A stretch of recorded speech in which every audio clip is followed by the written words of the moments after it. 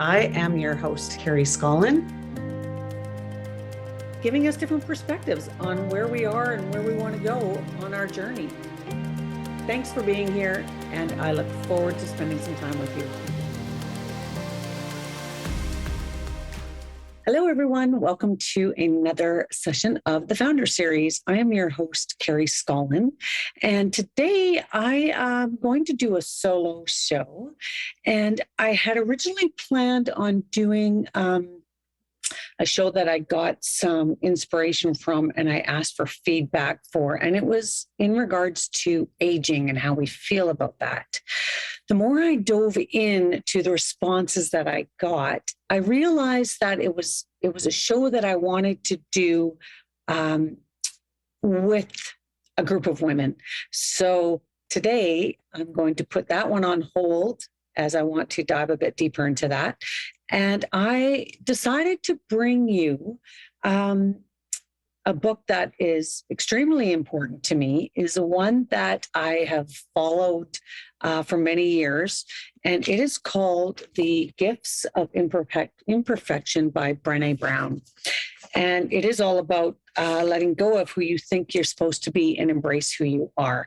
So Brené Brown in this book goes through 10 guideposts to help us along the path to living a wholehearted life. That is something that is important to me, something that I strive to do. And I'm just going to read to you the first part of her book so I can explain to you what wholehearted living is. So wholehearted living is about engaging in our lives from a place of worthiness. It means cultivating the courage, compassion, and connection to wake up in the morning and think, no matter what gets done and how much is left undone, I am enough. It's going to bed at night thinking, yes, I am imperfect and vulnerable and sometimes afraid, but that doesn't change the truth that I am also brave and worthy of love and belonging. That's what wholehearted living is. That is what I strive for, to go to bed at night and wake up in the morning knowing that I'm enough. That's what this series is about. That is my message for women to embrace that they are more than enough. So I thought it was just important to go through this book. I would love any of you that want to dive a little deeper into it to pick up a copy of it. And I'm just going to go through some of the guideposts, put my spin on how I interpret some of it, how I incorporate some of it into my life. And then I'll walk you through the guideposts that she has. And she also has some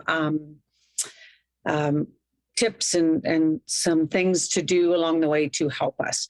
So wholehearted living is not something that is something that we just check off our list to get done. It is life work. It is soul work. It's digging deep. She has a lot of great ideas about how to dig deeper.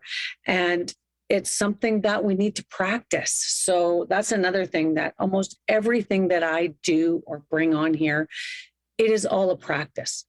The first thing that she talks about, the first guidepost, is cultivating authenticity and letting go of what people think. Wow, this is such a huge piece of where we get our worthiness from, is worrying about what other people think of us. We've talked about this before. It is an ongoing topic that I don't think we will ever stop talking about. But authenticity is not something that we have or don't have. It's something that we practice. And it's really, authenticity is about being intentional of how we want to live, how we want to show up, who we are, who we want to be. And that's being authentic. Authentic sometimes gets in the way of how we feel, again, about how other people think of us. So if we go into a situation with our goal being authentic, it changes, because we are showing up who we are and we're not worrying about having the approval or the acceptance of other people. There is a huge responsibility on our part to know that we are never going to regret showing up in our authentic self if we know that's the place we're coming from with that intention of being truly who we are. So that is something it's something, like I said, to practice. It's something that is uncomfortable for a lot of people because we go in with that feeling of wanting to belong and wanting to be accepted. And when we think showing up as our true self means that we are not going to be accepted, that's not going to feel good. We go in knowing we are being authentic. And if they don't accept us, then that's on them, not on us. That's what we have to live with, that we showed up how we wanted to show up, because that's who we are and that's who we are being.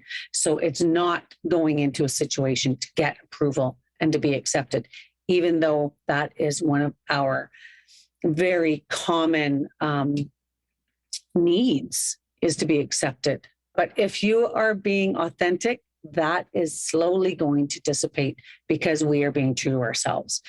And the most important person we need to be accepted and approved by is ourselves. So most of this work does come back to how we feel about ourselves. So that was the first guidepost: cultivating authenticity and letting go of what people think. Number 2, these are all, I just love her guideposts because they are so, I think it kind of boils back down to common sense. And sometimes we just need to take another look at it. That's what it shows us. So number 2 is cultivating self-compassion.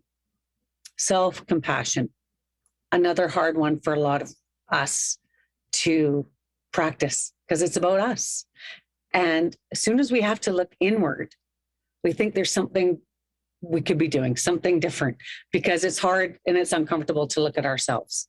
That's, I'm going to say, probably the hardest work out of this personal journeys that we're on, or the paths that we're on, is this is never about somebody else. This is always about us. So if we're feeling judged by somebody else, look why you're feeling that way. Don't worry about the other person. Look at yourself and why you're feeling that. And that's something that we need to either change our perspective on or be okay with, right? Somebody can judge me all they want. I have to be okay. That's their opinion and that's on them. Doesn't mean it makes me any worthier if they accept me or not. I have to feel that way in myself. So the cultivating self-compassion, the letting go part, is letting go of the perfectionism, because perfectionism is the birthplace of perfectionism is actually shame. So we want to be perfect. We want to present ourselves in a way that we think people are going to think that we are enough. Almost every other part of this is knowing that we are enough, which is another practice. So perfectionism is really, really a self-destructive behavior. It is an addictive behavior. And what I love about it is it's a belief system that we've got. And the reason I love that is because every belief system that we have the ability and the power to change it. So anything that we have believed so much in our core, that as we're taking a deeper look inwards to ourselves, we can change it. We have the power to change it. It does not need to stay that way forever. Belief systems have taken a long time to build up, but we can change it and rebuild it or reprogram it, if that's another way of saying it. Perfectionism, it's unattainable. We are going to burn ourselves out when we are in that mode of always having to be perfect. Nobody's perfect. It is always comes back down to how we think we're being perceived. Once we can let go of that need for perfectionism, we get down to the root of what the shame was that we feel, and build on the practice of knowing that we are enough. That's when that perfectionism starts to fade away. I can't say I had a lot of perfectionism. I've had shame, but I don't know if it came out as perfectionism. I think my shame may have come out more in control. So the shame I had, I could cover it up by taking control of the situation. It didn't need to be perfect, but if I was the one that was in control of it, then it made it easier for me to cover up what my insecurities were and the shame that I had. So some people are absolutely perfectionists, and I honestly cannot imagine the stress of having that on me as well. But it's there, people have it. So that is number 2, cultivating self-compassion and letting go of perfectionism. One of the things that she said is a good practice to get into was when you wake up in the morning, just being able to say, today, I'm going to believe that showing up is enough. That's enough. That's all I got to do today. That's how I feel when I come onto these shows. I've just got to show up. I'm going to bring you my best. It's not going to be perfect, but I know that by me showing up I'm enough as is showing up here. And that takes a lot of pressure off. It takes a lot of pressure off me for sure when I can go into a situation knowing that as long as I'm showing up, that's good enough. Because we all, looking back in any situation that we find ourselves in, and if we have resentment or if we have some trauma or something from an event, we can always look and go, whether that's our parents or work or whatever it is that's keeping you, there's something in you that needs to deal with that. If we can come from that self-compassion place, knowing that they maybe showed up the best that they could in that situation as well with the tools that they had. And we give ourselves the self-compassion, knowing that how we took that was the best we could take it in that moment as well. Doesn't mean it needs to stay that way, but compassion for yourself, compassion for others will help us move through that situation. So compassion is huge. Number 3 is, these are going to go by fast, aren't they? Number 3 is cultivating a resilient spirit and letting go of numbing and powerlessness. So this is an interesting one for me. The definition to me of resilience is, I think I've always thought of it as being able to bounce back. You're resilient. Kids are resilient. They talk about that a lot. But sometimes being resilient is not being ashamed to ask for help. That's a piece of resiliency that we are able to come through a situation, and maybe we needed some help with that, and we're not ashamed to ask for it. So being resilient is a very powerful feeling. And the letting go of the numbing and the powerlessness. I found it interesting that she put this in as to cultivate a resilient spirit, you need to let go of numbing and powerlessness. I haven't kind of made that connection, but while I was reading it and deciding what I was going to talk to you guys about, I think it's very easy for me to understand what the numbing and the powerlessness is, because I feel that I lived that. I feel that I numbed a lot of my emotions by just staying busy. If I stayed busy, I didn't have to feel. And sometimes that's why a lot of us do stay busy. We don't want downtime. We don't want this moments where they say, just be still and listen to what.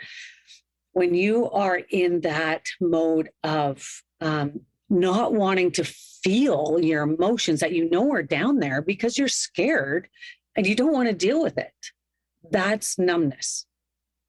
That also did make me feel very powerless.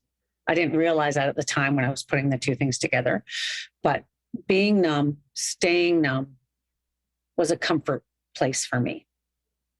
When I started to get out of that, I realized it wasn't a comfort place. It was actually an uncomfortable place because I wasn't dealing with anything.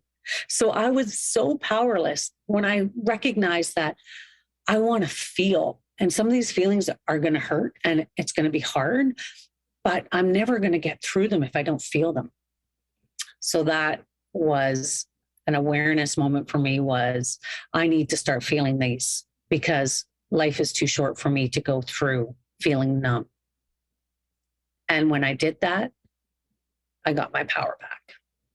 So that's a huge number 3 guidepost. Number 4,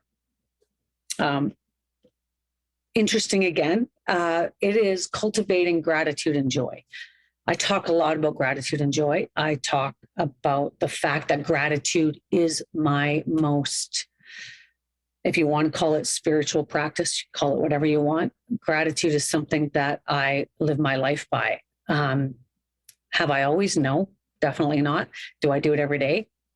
Almost. I would say I do it almost every day.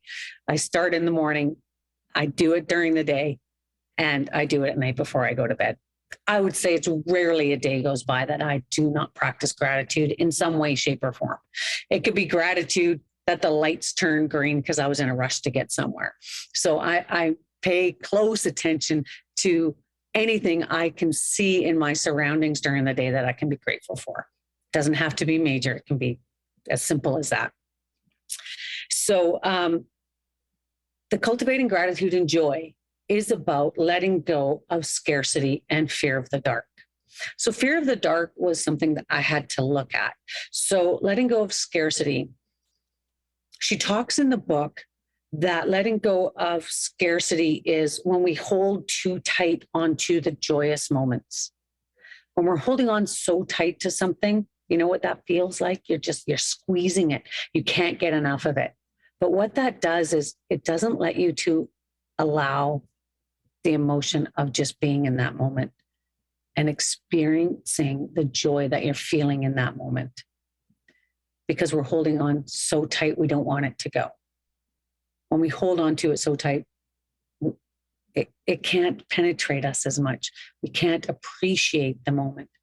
We hold on to it because we're scared to let it go.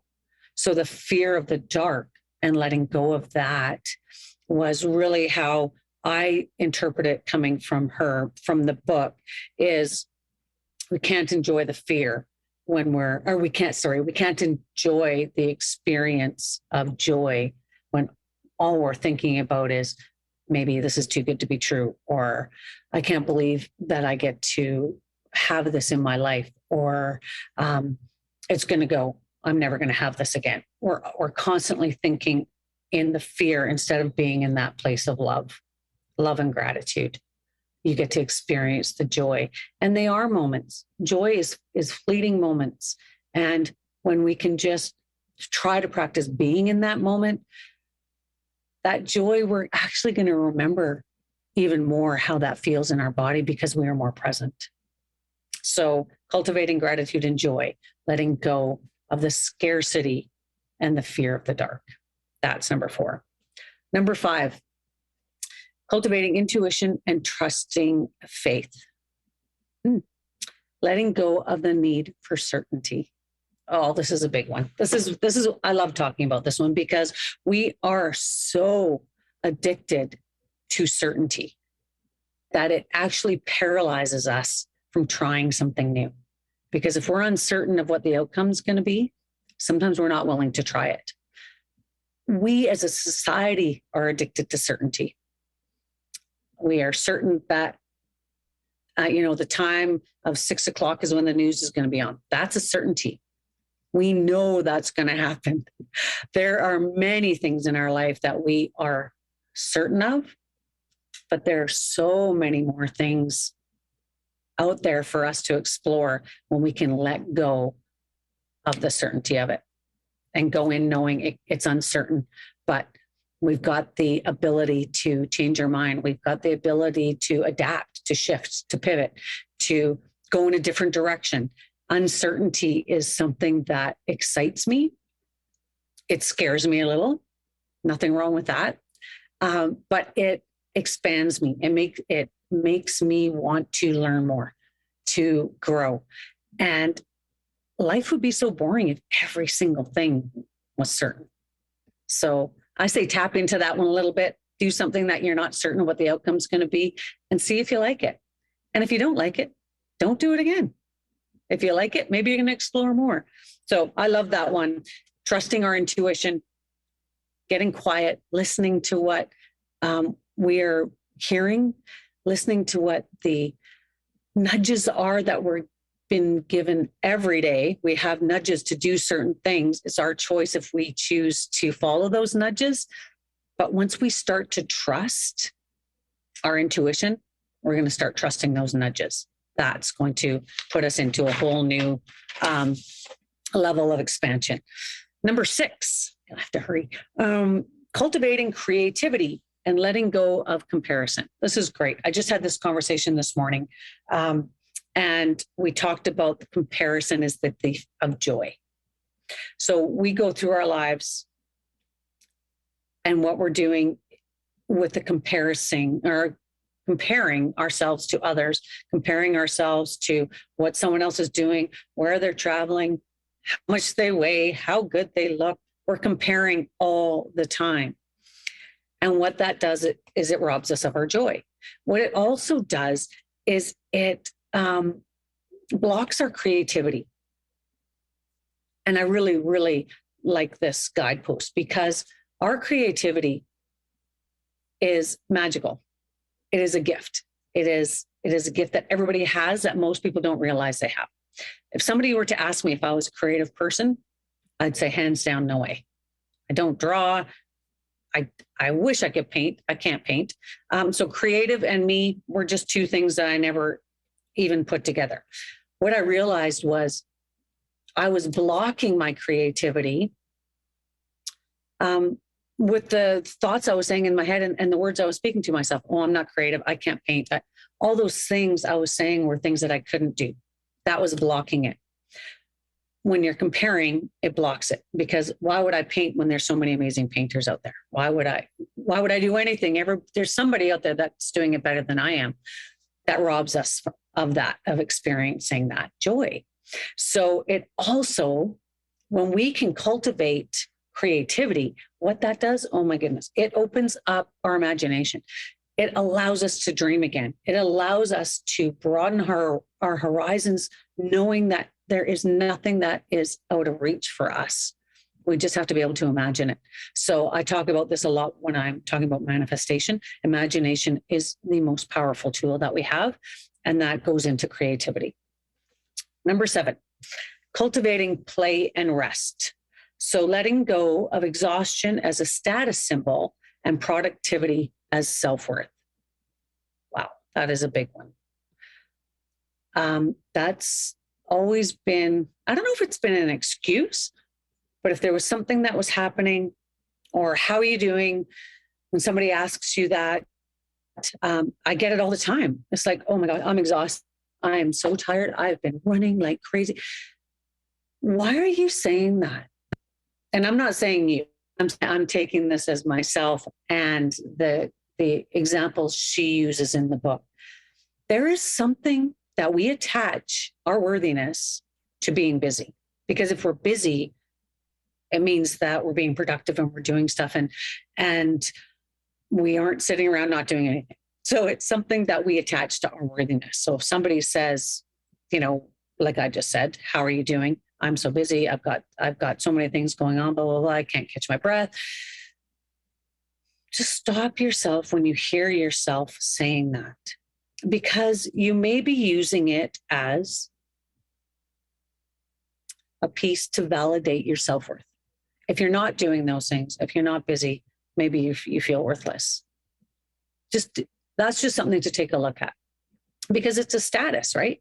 It is a status when we say how busy we are. The world is built on people being busy and rushing around. What if the next time somebody asks you how you're doing, you say, I'm doing pretty good. I've got a lot of time on my hands. I'm really taking care of myself. I've actually carved out some time to journal this week. It's been great. Can you feel how much calmer that is?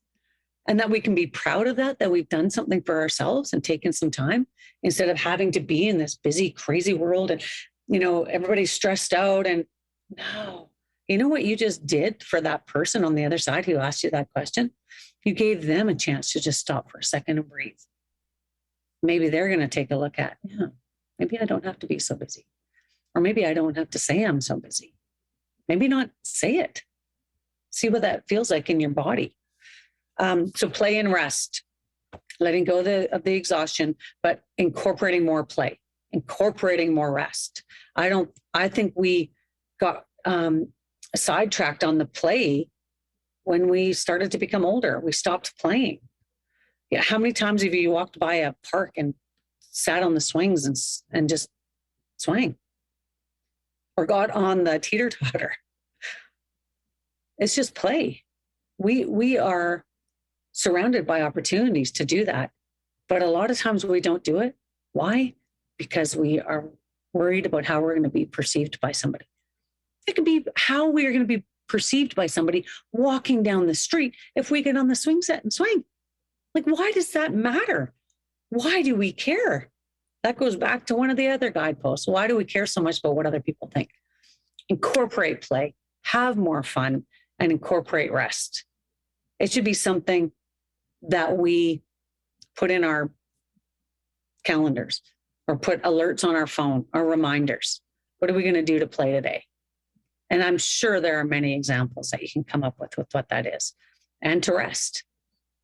Maybe take 5 minutes and just breathe. We just need to give ourselves more time for that.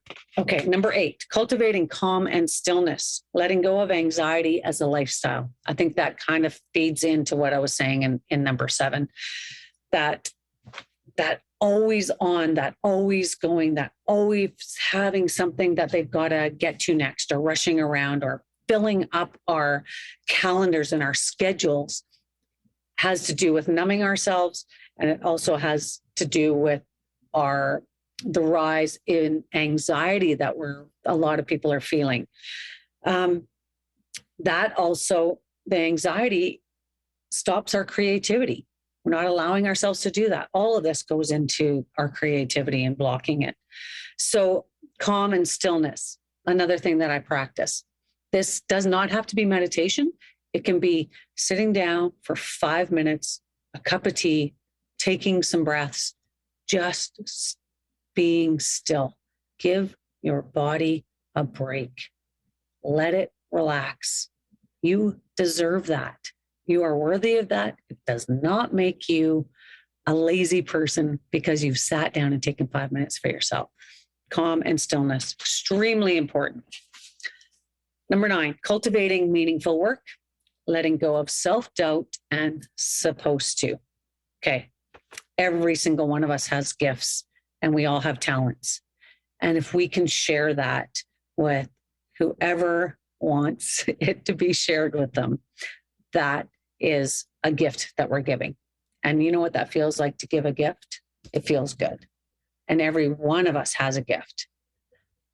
And sometimes we don't acknowledge that gift because why? We don't think we're enough. What if you just started? What if you did something that made you feel fulfilled? If you let go of the self-doubt, worry about what other people think, and give that to yourself, that's self-compassion.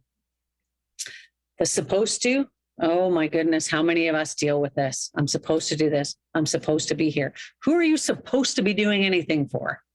You decide what you get to do. You decide that now you have the power to say yes or to say no. Resentment, no resentment. Not worrying about being accepted or approved, standing in your power of authenticity will make you not resent or regret something that you've done when you know that it's your authentic self doing it. And number 10, cultivating laughter, song, and dance, and letting go of being cool and always in control. I realized that I definitely did that. I think I was a clown when it came to being with my friends, having fun, always the one that was willing to do something, make myself look stupid, didn't care, loved it. For some reason, I did not do that as much with my kids. I do look back and regret that because I didn't get to see the silly mom the one that was having fun, the one that was letting go of worrying what anybody thought about her. I do that more now that they're older because I'm more confident in myself. But I didn't allow myself to do that with them because I always felt like I needed to be in control. So to be able to let go of that, not worrying if you're looking cool or not worrying if somebody's looking at you in the grocery store when you pick up 2 melons and go like this, whatever it is, that's being silly. Just do something that makes you happy. So even if it's in the kitchen and you're turning up music and you're dancing and everyone's grabbing the wooden spoons, just that feeling of joy that we can actually make those moments ourselves. And it doesn't matter how we look. It matters how we feel. So I'm going to have to end this because I'm out of time. I'm going to end it with the thing in the book that says, wholehearted living is living a life of worthiness and being fulfilled by the very decision that you are more than enough in spite of your imperfection and vulnerabilities by cultivating courage, compassion, and connection. Those are the gifts of imperfection. So thank you so much for being here. Next week, I've got something on happiness. Emily Medill is going to come and share a lot of her work. So I'm looking forward to that. And if you don't know, or if you don't remember, please know that you're more than enough as is. And I hope to see you next week. Thank you so much for being here. Bye-bye.